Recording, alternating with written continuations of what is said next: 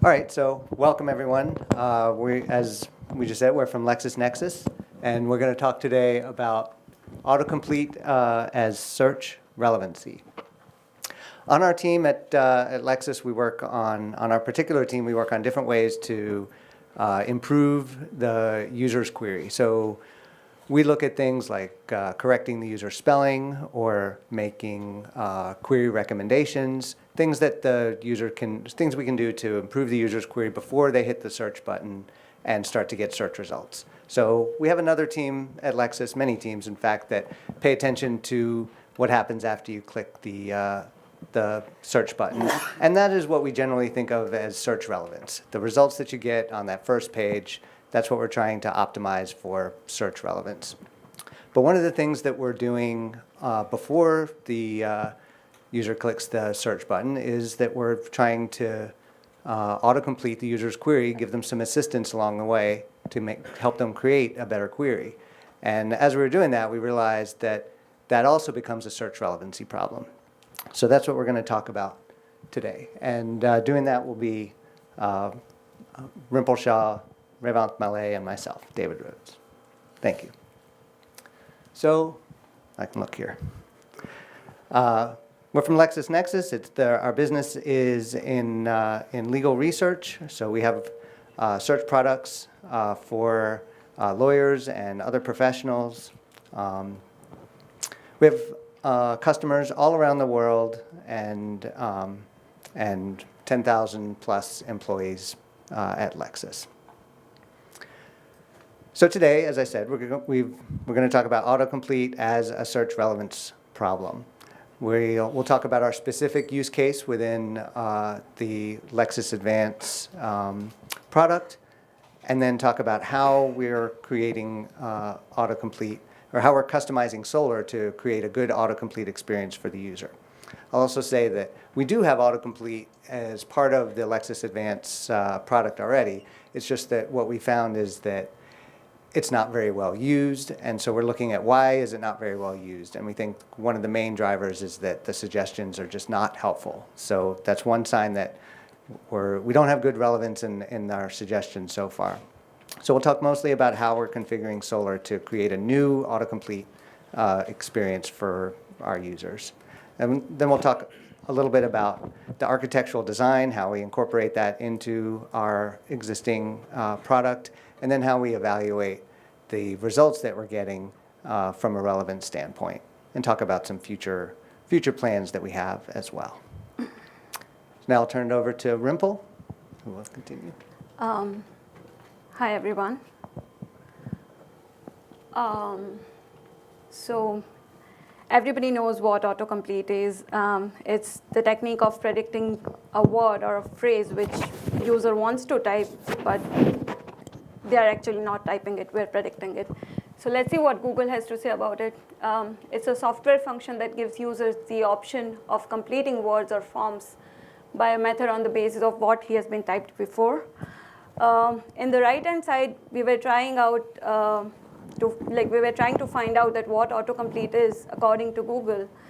And autocomplete is all of these things, but not search relevance. But for us, autocomplete is a search relevance problem. Let's find out in the next slides that it's true or not.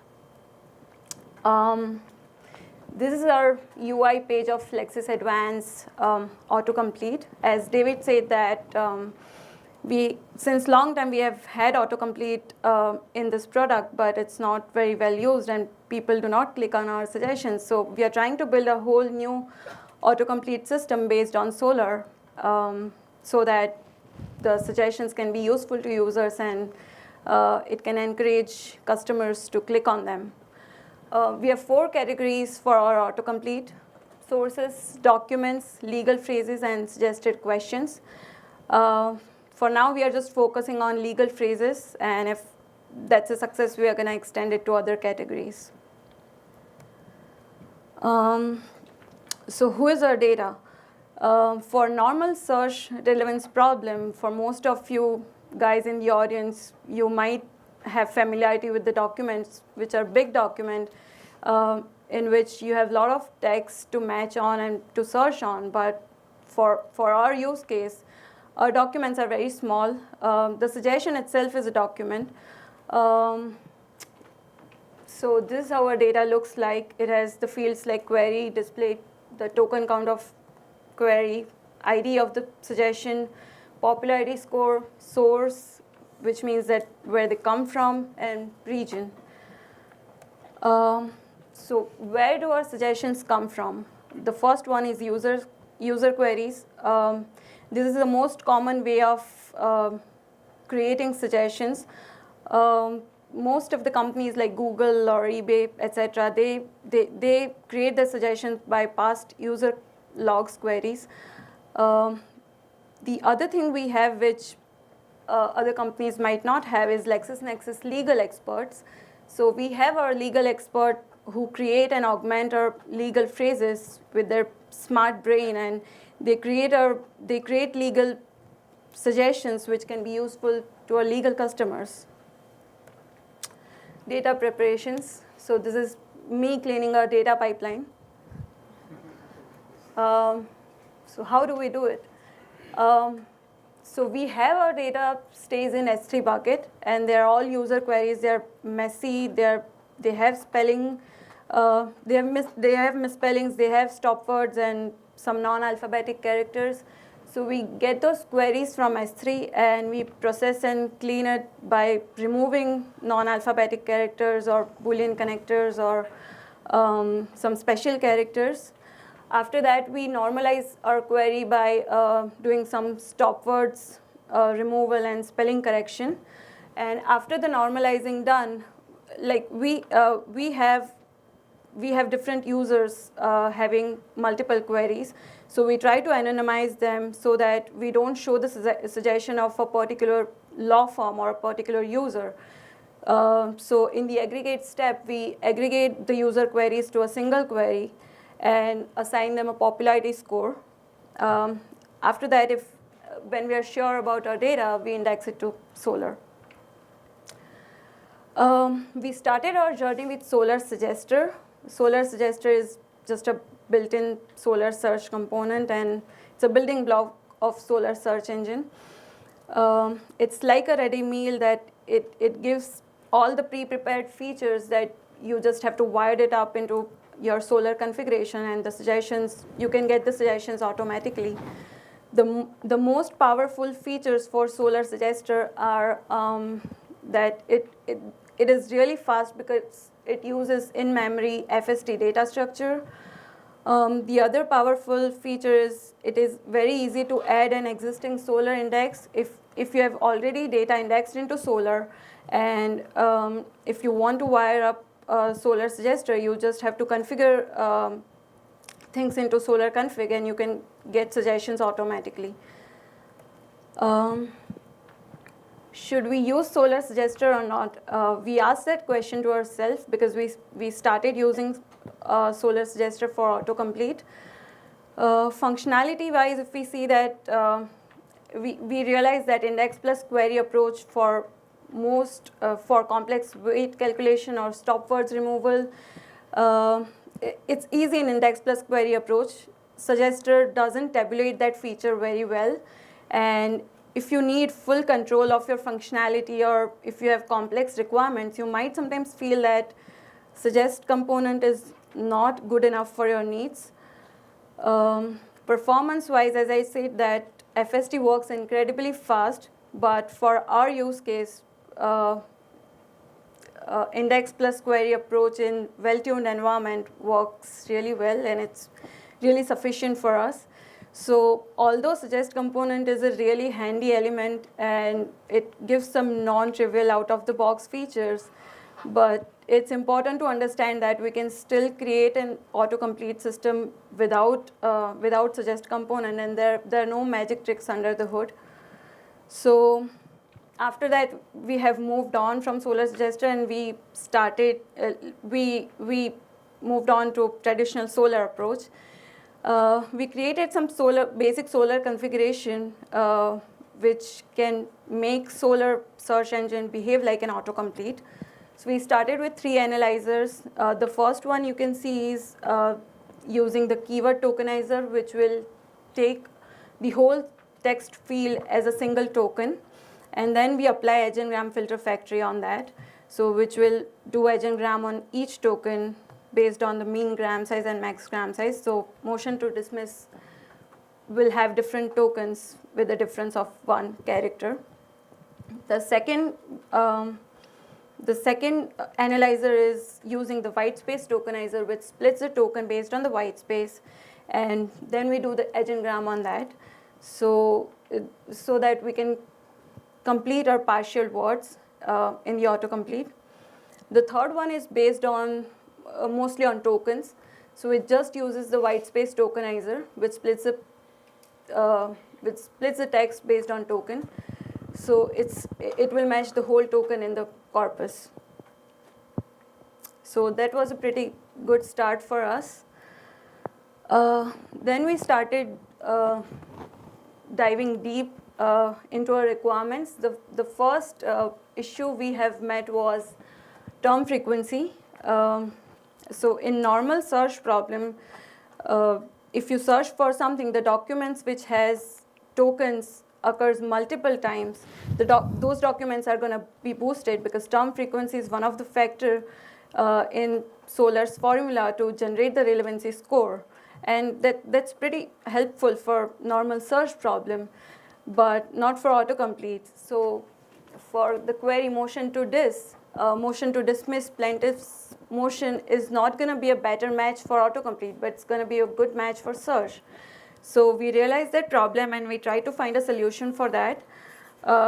We created a custom plugin in which we enforce our term frequency. We basically override the formula for Solr, which generates the term frequency score, and we enforce it to be 1 no matter what. We incorporated that plugin into schema.xml of Solr, and that made our life easier. That's all from me. Revant is going to take over now.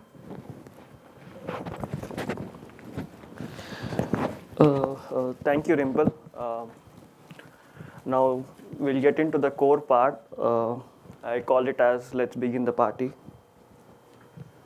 So this is where we started with extended mismatch PF2 parameter. This was one of our requirement. So PF parameter is nothing but is a phrase field, and 2 here represents the number of words together. So it's bigrams. So we use this parameter, or we use this feature to boost our suggestions. So if you see the example here, when the user's query is plaintiff's rebuttal expert witness, and our suggestions with 2 documents, rebuttal expert witness and rebuttal witness and expert testimony. So during the index time, these queries get indexed as bigrams, and when user tries to search, we also use these bigrams and match them with the index and boost those documents. So that's how the score for document 1 is higher than the score for document 2. So that was all good. That was helping us a lot, but the thing we missed out here is the priority to the first word. So users expect their suggestions also to match their queries. So we missed out the importance of first word. So what we did here is we inserted an anchor term known as KHQHZ. So this is a pretty weird term. So we found out this term in Google, which has less number of documents. So if you guys find any other term with less documents, please inform us. So we append this term to the user query. So let's say the user query is motion dismiss, and the user query becomes KH motion dismiss. And at the same time, we index our documents as well with the same term during the index time. And that helps us to use PF2 parameter and give a weightage to the terms that begin with the first word as the user typed. That was all good, and So we came up with one other problem here while we were working on this autocomplete. And the issues were we were incorrectly matching on partial words. So, so if you see our user query, which is government is A, and during our index, as we said, we used edge engram analyzers, so which did the engrams in this format, and this query was kind of matching on this index, and we were able to return Virgin Islands government at for government is A. That's the user query, and our document or the suggestion was not at all relevant. So this was the problem that we identified while we were working, and we'll see what we did to solve this problem. So we again came up with a anchor token. This is a different one. So, but we have two conditions here. The condition number one is when user query has no trailing space. That means there is no space at the end of the last word of user query, which means that A hasn't completed yet. So when that's the case, we add anchor term HWKQ to the end of the last word, to the beginning of the last word in the user query, and try to match it against the index.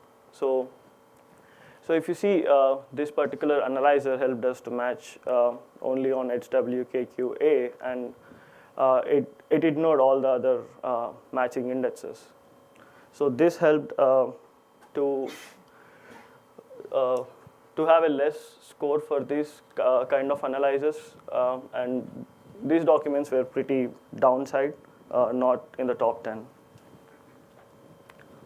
And the other condition here is what if there is a trailing space in the user query.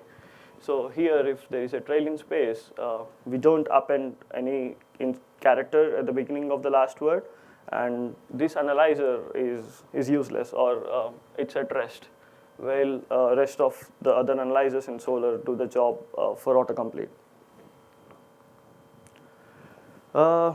So this is our main analyzers, or the analyzers that do our work. So we have three analyzers here. One is the exact token match and stemmed and synonym match.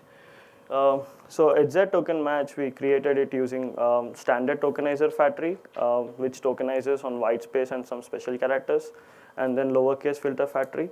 So we have a weight of 8 to this analyzer, while we have another two analyzers. One is stemming and one is synonyms. Both of them have a weight of 6. So we boost more on exact token match than on synonym and stemming analyzers. So this helps us to return more relevant documents that match the user query. And then we again fell into a problem. So we thought we were good till then. We thought we were ready. We began testing it.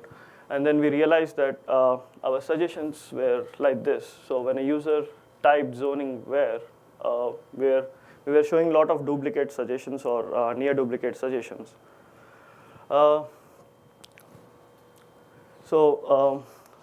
we did our data cleaning in the beginning, like we aggregated, we normalized, but still we were finding some suggestions because we were having data from two sources. One was legal user logs and one was from the legal experts.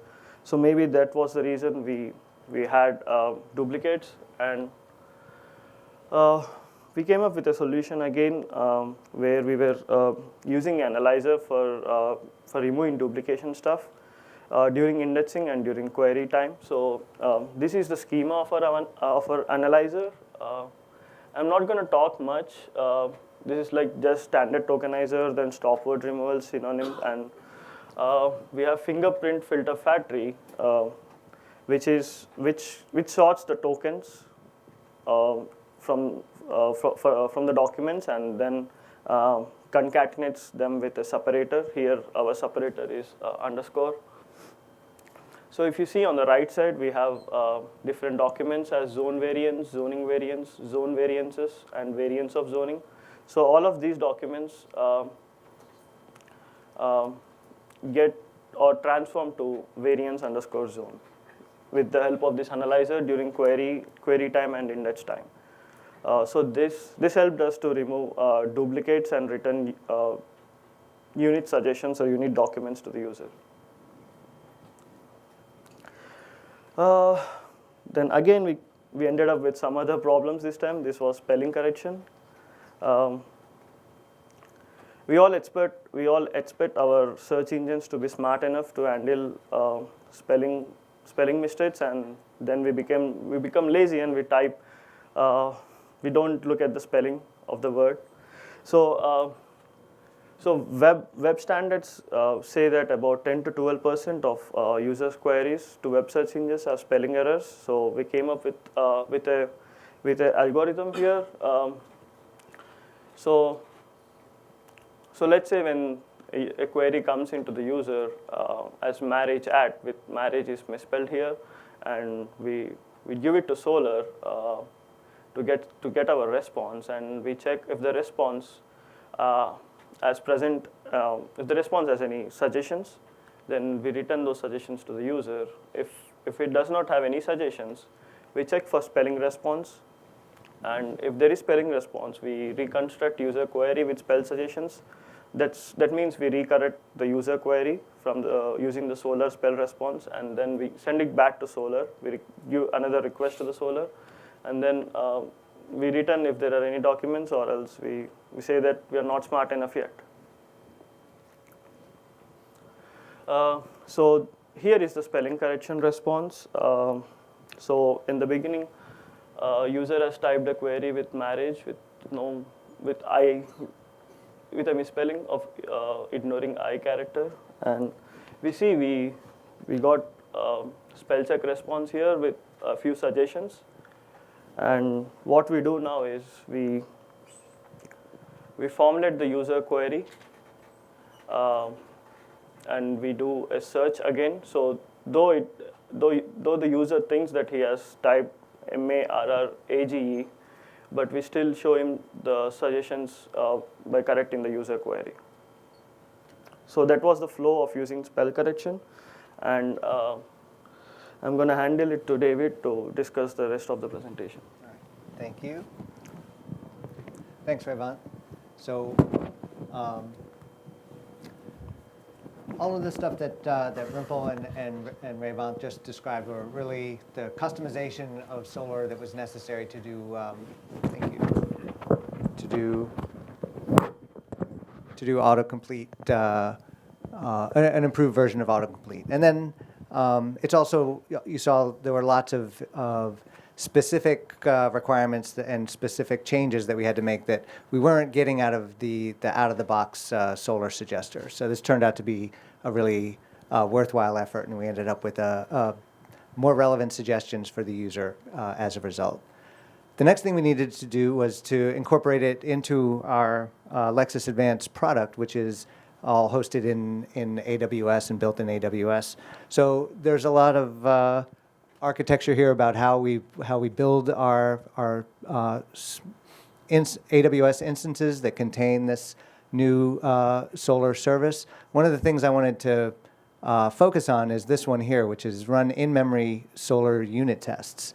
So we have a lot of different behavior that we've just configured in Solar with plugins and with analyzers configured in the schema file and some customizations in the Solar config file, as well as synonym files. We can test each one of those using, Solar has a feature that lets you spin up an in-memory Solar instance that is fully configured but empty of data. So this is where, as part of our pipeline, we run about 50 unit tests that go through all the behaviors that Revant and Rimple just described, and they just take a couple of documents, like much like the examples that we just saw, like motion to dismiss and motion to dismiss a plaintiff's motion. And we put just those two documents in and then search for motion to. And we should find that the two documents come up with the same score because that's a test that tested our term frequency plugin.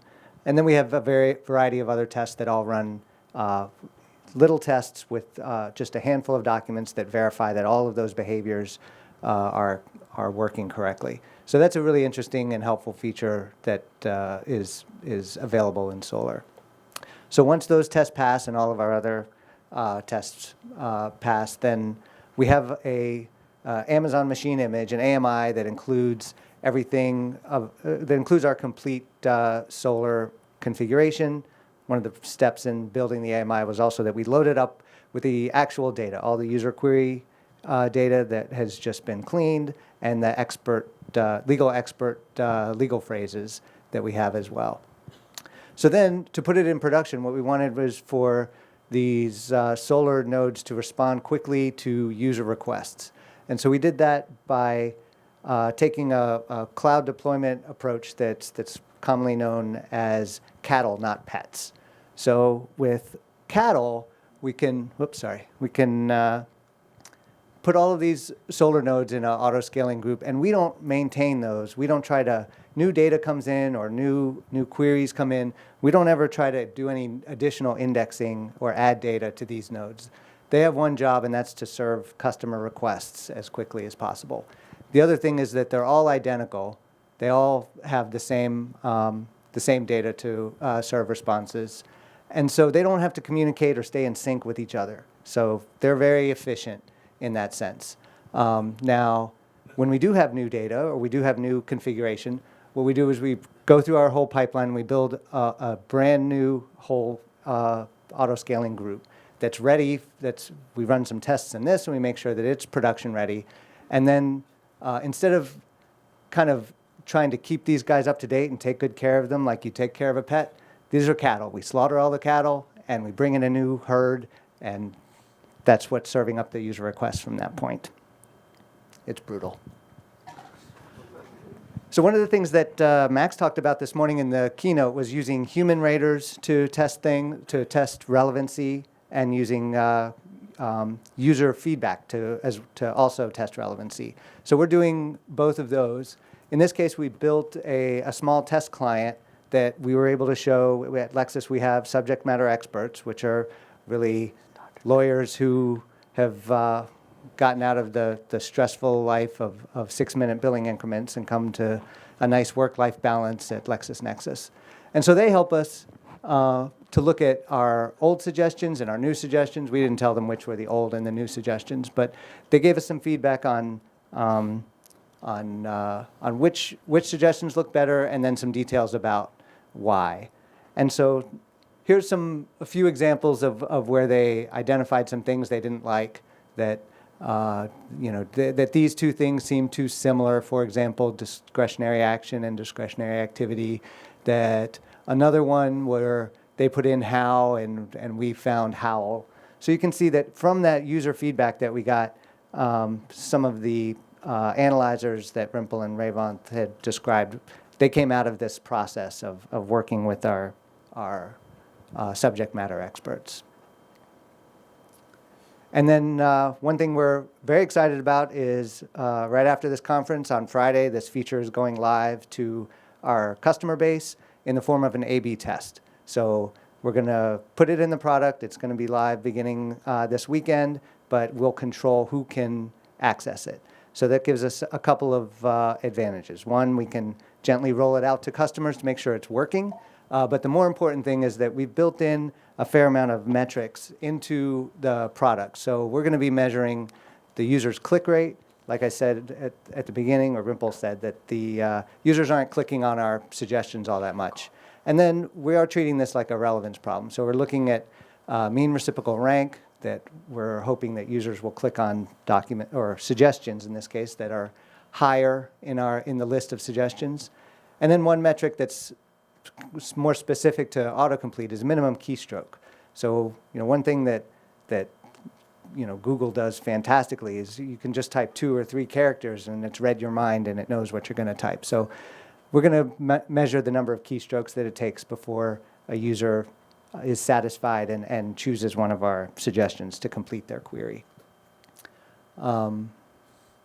So we'll be doing this for both groups, for the control group, which is using our existing autocomplete service, and the treatment group, which is using our solar-based autocomplete that we've been talking about.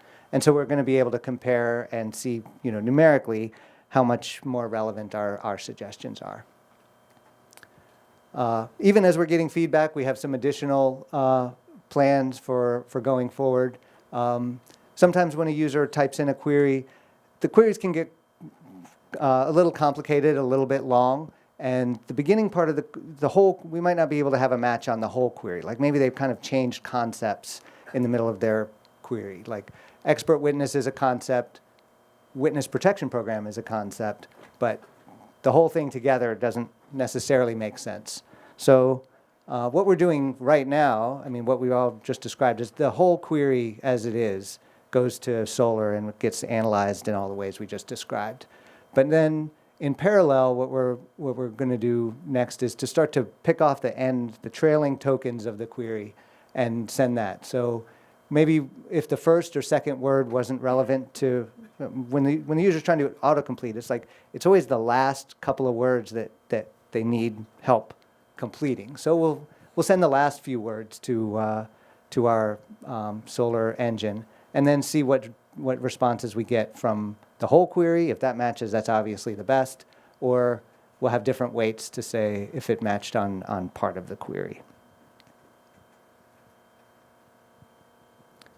So that's all we have for autocomplete, and I'm happy to take questions.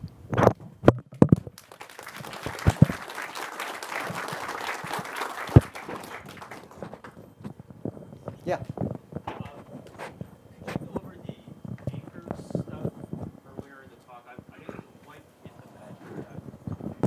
Sure.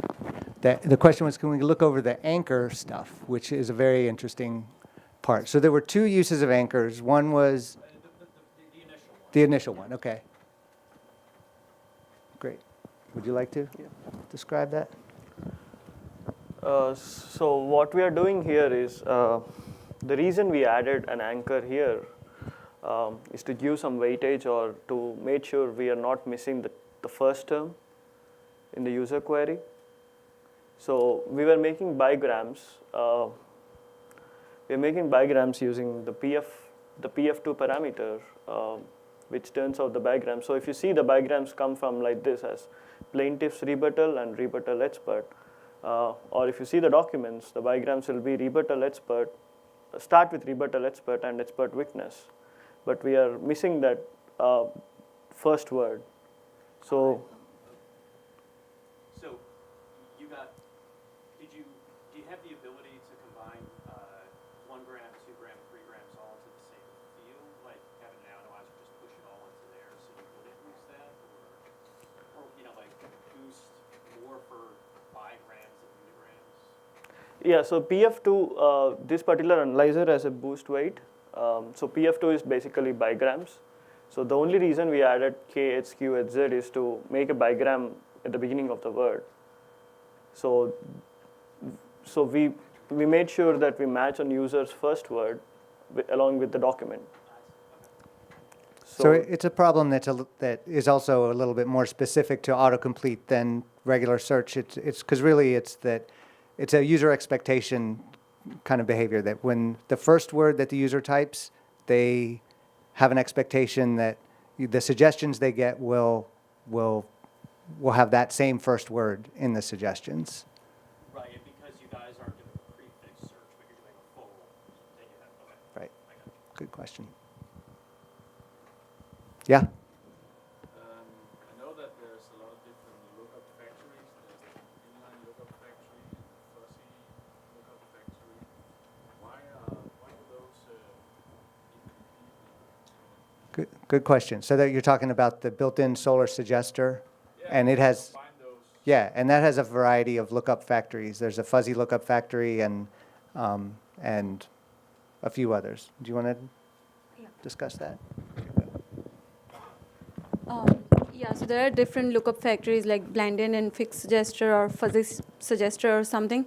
We tried different lookup factory, but we we talked to open source connections, but we couldn't find a way to how to combine the response for multiple lookup factories. And even in the fuzzy suggester, we couldn't find a way that how to order the suggestions that, for example, if marriage is misspelled, we should, like, fuzzy suggester, what it does, it will correct your spelling and it will show the suggestions which has the right spelling, but you don't have control over matching exact words over the spelling corrected words. For example, motion is not correctly spelled, MOTON, but we have some suggestions which is spelled like MOTON, then those suggestions should come first because those are exact match. We didn't have control to order that in some of the suggesters. So at some point of time, we felt that we are not getting a full control of our functionality and requirements. And we had very complex requirements based on, as Revant explained about the prefix and the ordering and the exact match. So we kind of had to chuck suggester component. Good question. In the front row. I was wondering if you kind of do the same thing about the sentinel tokens with the last character. Just kind of talk about that a little more. That's this one. Yeah. So the reason we did this is, if you see the previous slide, we were getting incorrect suggestions or not relevant suggestions for user query. So as we discussed in the beginning, if you see the basic Solar configuration, we were using this particular analyzers to do the edge engrams, and these analyzers index the documents in this format in Solar.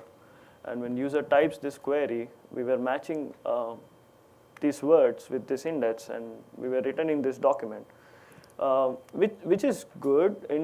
But if you see, ease and ILANS is not relevant. So we are not actually doing best job here. So what we did is, the reason this document came up is not just the word A, but it was also with the word ease and government.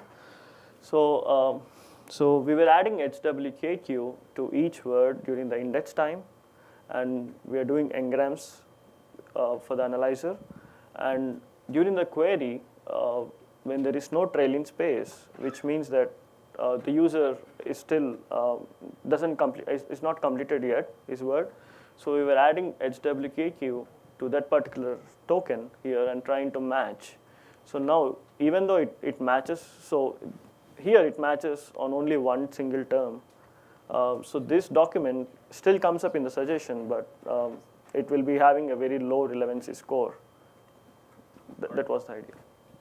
Are the words indexed without that as well for the Yes. whole match? For This the is- analyzers. This is just one particular analyzer that was solving this issue.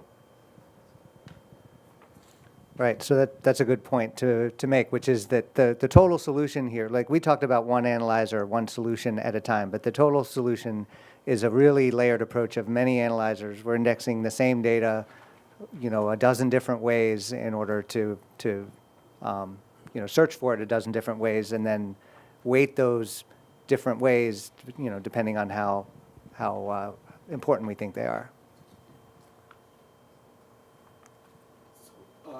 You guys said that you're doing a spell check and suggesting back user. So are you using the default spell check of Solar? Are you seeing any Livingston distances or distances of shoals and like that? Good question. So the question is, are we using for spell check, are we using the built-in spell check that comes with Solar? The answer is yes. So far we haven't found any downside or any problems with the spell check that comes with Solar.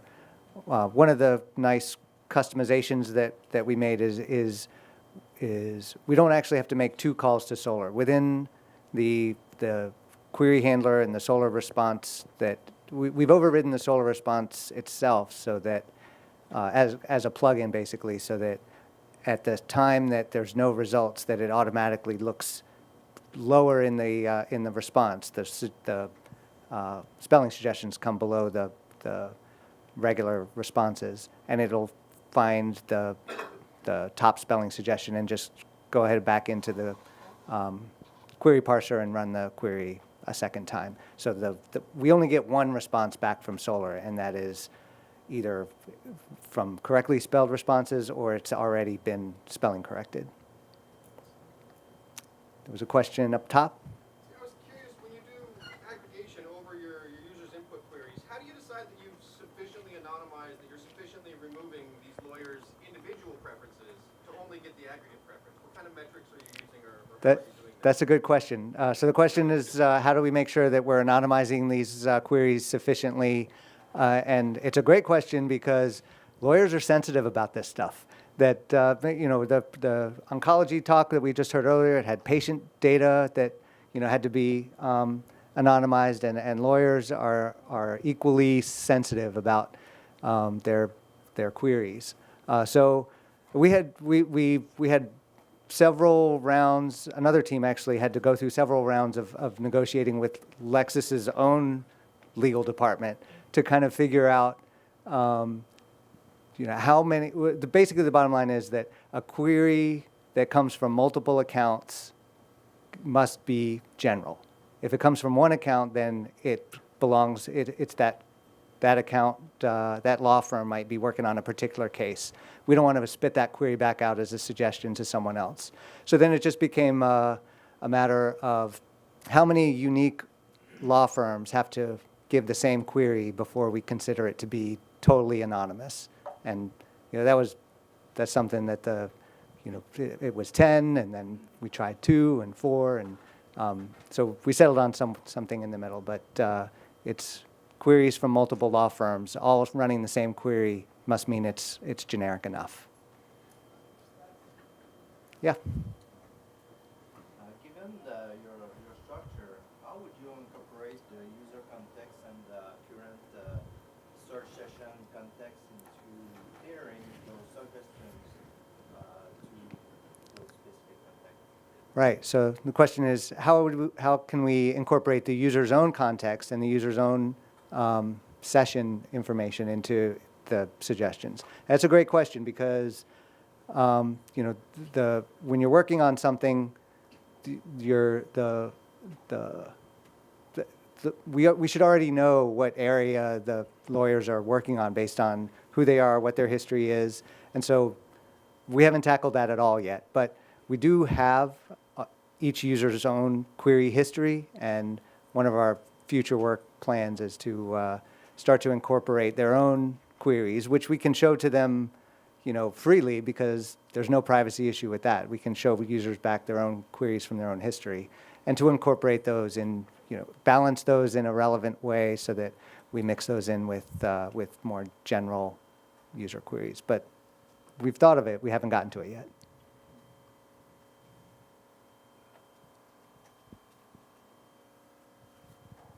That's good. Thank you very much.